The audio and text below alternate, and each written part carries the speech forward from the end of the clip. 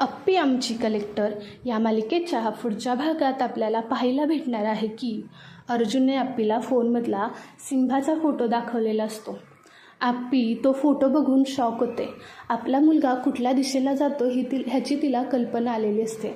अप्पी या प्रकरणाच्या मुळाशी जाण्याचा प्रयत्न करते. ती अर्जुनला समजावते की अर्जुन, यातलं मला काहीच माहीत नाही, पण मी लवकरात लवकर याचा शोध घेण्याचा प्रयत्न करेन आणि उद्या अमोलला शाळेत सोडायला मीच जाईन. हे ऐकल्यावर अर्जुन म्हणतो की अप्पे, तू जे काय करशील ना त्याचा अमोलला त्रास नाही झाला पाहिजे आणि तू याची चौकशी करते हे अमोलला कळालंसुद्धा नाही पाहिजे. यावर अप्पी म्हणते की अर्जुन, तू बिंदास्त राहा, याच्या अमोलला अजिबात शंका येणार नाही आणि मी जे काही करेन ते अमोलसाठी योग्यच असेल. त्यावर अर्जुन म्हणतो की ठीक आहे अप्पे, तुझ्यावर पूर्ण माझा विश्वास आहे, फक्त एवढी मोठी आपल्या हातून चूक होऊ नये. मला आपल्या वाईट दिशेला कधीच गेला नाही पाहिजे. हे अप्पी म्हणते की अर्जुन, तू काळजी करू नकोस. खरं तर याआधीच मी हे सगळं करायला हवं होतं, पण अमोलवरच्या विश्वासामुळे मी बिनधास्त राहिले. इथून पुढे मी खूप जागृत राहीन. असं म्हणून अप्पी अर्जुन गप्प बसतात. सगळेजण रात्री जेवायला जमतात. जेवायला जमल्यानंतर सगळेजण छानपैकी जेवत असतात तेव्हा मनी सगळ्यांना जेवण वाढते. त्यावर अर्जुन मध्येच मनीची फिरकी घेत म्हणतो की काय फुयाजी, कुठे गेलेलास? हे ऐकून मनी जरा घाबरते आणि म्हणते कुठं नाही, तेच बाहेर पाय मोकळे करायला गेले होते. हे ऐकून अर्जुन म्हणतो की खरंच ना फुयाजी, झालं ना मग पाय मोकळे?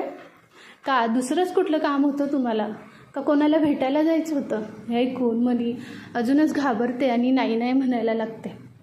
मोना म्हणते की बरं फुयाजी, कामाला लागताय ना तुम्ही? हो हो म्हणून सगळे आपले जेवण करतात. तेव्हा अमोल आपल्या शाळेतल्या गमती जमती सांगत असतं. तर अर्जुन त्याला खोदून विचारत असतो की तुझ्या शाळेत अजून काय आहे, जेणेकरून तो त्याच्या तोंडाने सांगावा, पण तो सगळं छान आहे असं सांगतो. अप्पीसुद्धा अर्जुन असा विचारतोय म्हणजे नक्कीच कुठला तरी सिरियस विषय असणार आहे असं म्हणून अप्पीसुद्धा कान देऊन सगळं ऐकत असते. सगळ्यांचं जेवण झाल्यानंतर बापू आणि कदम चालायला जातात. मोना सगळी भांडी नेऊन किचनमध्ये ठेवते आणि मनी भांडी घासत असते. मोना तिथून निघतेच तेव्हा मनी तिला थांबवते आणि म्हणते की मोनाबाई, मी सकाळी ऐकलं तुम्हाला एक कार घ्यायची होती. हे ऐकून मोना म्हणते की हो, तुम्ही खूपच ऐकता असं नाही का फुयजी, आमच्या घरातून तुम्ही लक्ष ठेवू नका. हे ऐकून मनी म्हणते की मोनाबाई असं काय म्हणते, मी चांगल्यासाठीच म्हणते. हे बघून मोना म्हणते की हो, किती चांगल्यासाठी म्हणताय आणि किती आमच्या घरात भांडणं लावताय हे मला चांगलंच माहिती आहे. मनी म्हणते की अगं ऐकलं बरं, आता जाऊ दे, तुला नाही ऐकायचं तर सोड. हे ऐकून मोना बोलते की बोला, काय म्हणत होता कारचं? हे बघून मनी म्हणते की अगं तुला कार घ्यायची ना? त्यावरती म्हणते हो, पण आत्ता नाही, आम्ही नंतर घेणार आहोत. हे ऐकून मनी म्हणते की का नंतर घेणार आहोत? तुझी वंश एवढे कलेक्टर आहे, ते अर्जुन भाऊजी तुझे एवढे पोलीस ऑफिसर आहेत आणि ते तुमच्यासाठी कार नाही घेऊन देऊ शकत? एवढी जमीन तुम्ही अमोलच्या नावावर केली, मग तुम्ही कार का नाही घेऊ शकत? मोना म्हणते की फुयाजी, तुम्ही आमच्या घरात परत आग लावायचा प्रयत्न करताय का हो? आणि यावेळेस जर असं केलं ना तर मी सांगते तुम्हाला, मी कामावरून काढून टाकेन. हे ऐकून मनी म्हणते की माफ करा मोनाबाई, मला बोलायचं नव्हतं, पण तुमच्या अशा अपेक्षा होती म्हणून मी तुमच्या आपल्या कानावर घातलं. कलेक्टर मॅडम आहेत, त्यांच्या मनात आलं तर ते तुम्हाला गाडी घेऊनच देऊ शकतात ना, आणि ती काय ती फक्त तुमच्यासाठी देणार आहात का? त्यातून त्यांचा मुलगासुद्धा फिरेलच की, त्यांचे सासरेसुद्धा फिरतीलच, आणि तुम्ही काय लोकाचे, तुम्हीसुद्धा फिरचालच की. असं म्हणून मोना आपले विचार करायला लागते. मोना म्हणते की शांत बसा फुयाजी, यावर मला बोलायचं नाही आहे तुमच्याशी, म्हणून ती तिथून निघून जाते. मनी म्हणते की ह्या मोनाच्या मनात चांगलंच घातलं, ही नक्कीच पुढे काहीतरी करेल म्हणून हसते आणि भांडी घासायला लागते. सकाळ झाल्यानंतर सगळेजण आवरतात. अप्पी अमोलचा डब्बा, अर्जुनचा डब्बा, दिप्याचा डब्बा भरते आणि कामाला जायला निघते. तेव्हा अप्पी म्हणते की अमोल, आज मी तुला शाळेत सोडायला येणार आहे. असं म्हणून तिला अमोलला पूर्ण रेडी करून शाळेत सोडायला निघते. गाडीत बसल्यानंतर अप्पी अमोलला विचारते की अमोल बाळा, तुला बाबांनी अजून काय काय विचारलं शाळेबद्दल? त्यावर अमोल म्हणतो की काही नाही, ते फक्त सहजच शाळेतली चौकशी करत होते.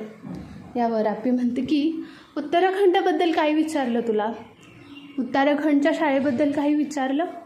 हे बघून अमोल म्हणतो की नाही काहीसुद्धा नाही विचारलं.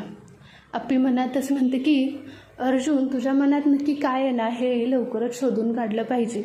हे बघून अमोल आप्पीला एवढ्या काळजीत बघून स्वतः विचार करतो की माझ्या आणि बाबांमध्ये ठीक तर आहे ना, भांडण तर झालं नाही ना. आता काहीही करून माझ्या मा आणि बाबांनी एकत्रच राहावं, त्यांनी भांडण करू नये असं म्हणून तो मनातच म्हणत असतो आणि म्हणतो की आता माझ्या माबाबांसाठी मीच काहीतरी करायला हवं, त्यांचं परत भांडण झालं आहे बहुतेक असं म्हणून तो विचार करत असतो. त्यावर अमोल मला विचारतो की मा, पण तू असं का विचारते, काल बाबासुद्धा वेगळंच वागत होता माझ्याशी. हे ऐकल्यानंतर आप्पी म्हणते की काही नाही अमोल, असंच ते पहिल्यांदा तुला शाळेत सोडायला आले ना, त्यांना खूप कसं तरी झालं असेल, त्यांच्यासाठी हा पहिला क्षण होता ना, त्यासाठी त्यांनी केलं असेल. अमोललासुद्धा खरं वाटतं आणि हो म्हणतो. त्या दोघंसुद्धा शाळेत जातात. शाळेत गेल्यानंतर अमोल जायला निघतो तेव्हा आप्पी म्हणते की अमोल, तू मला तुझ्या फ्रेंडसोबत मिळवणार नाहीस का? अमोल म्हणतो की का नाही मिळवणार मा, चल ना. तेव्हा अमोल आपल्या मित्रांकडे घेऊन जातो. त्यात तो सिम्हासुद्धा असतो. हे बघून आप्पी सगळ्या मित्रांकडे बघते तर ती पूर्ण टवार गँग असते आणि अमोलसुद्धा शाळेत गेल्यानंतर फुल कॉलरवर करून दादागिरी करत असतो. हे आप्पीला अजिबात पटलेलं नसतं, पण ती तेव्हा काहीही दाखवत नाही. ती अमोलवर बारीक लक्ष ठेवत असते.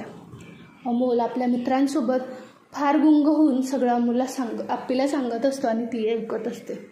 इकडे रुपाली स्वप्नीलला विचारत असते की अहो, तुम्ही काल घरी गेलता, काय झालं? त्यावर स्वप्नील म्हणतो की अगं, मी घरी काल गेलतो, मी विना काकाशी बोललो, पण ते सरळ सरळ नको नाही म्हणून सांगितलं. रुपाली म्हणते की अहो, मामांना काही कळतं का? मामांजींना एवढं 7 वर्ष त्यापूर्वी आधार दिला आणि त्यांचा एकदाही विचार करावासा नाही वाटला. यावर स्वप्नील म्हणतो की रुपाली, आता तो त्यांचा निर्णय, तू मला सांगितलंस, मी त्यांच्याशी बोलण्याचा प्रयत्न केला, पण त्यांना आर्याचं आणि अर्जुनशी लग्न होऊन द्यायचं नाही. विनय काकाचं हे स्पष्ट मत आहे की आता आप्पीने आणि अर्जुनच एकत्र राहावं. सगळ्या घराला जर जेव्हा योग्य वाटत असेल तर तेच होऊ दे, आपण मध्ये पडायला नाही पाहिजे. यावर रुपाली म्हणते की अहो, तुम्ही किती साधे आहात हो. यांनी त्या आर्याला चहातल्या माशीसारखं लगेच बाजूला काढून टाकलं आणि तिने पडायचं, म्हणजे तिच्या भावनांची काही किंमतच नाही. ती पोरगी अजूनसुद्धा अर्जुनच्या प्रेमासाठी तडफती आणि तुम्ही इतक्या सहजासहजी अर्जुन भाऊजींच्या आयुष्यातून आर्याला काढून टाकायला सांगताय. त्यावर स्वप्नील म्हणतो की अगं रुपाली, आता आपण या ठिकाणी काही करूसुद्धा शकत नाही. प्रयत्न करायचा होता, मी केला. तुझ्या शब्दाचा मान ठेवून मी विनय काकाशी बोललो. हे ऐकून रुपाली म्हणते की नाही, लवकरच काहीतरी करायला पाहिजे, मी हे होऊ देणार नाही. स्वप्नील म्हणतो की रुपाली, तू काही रागात करू नकोस, तुला माहीत आहे ना तुझ्या रागाचे परिणाम काय होतात.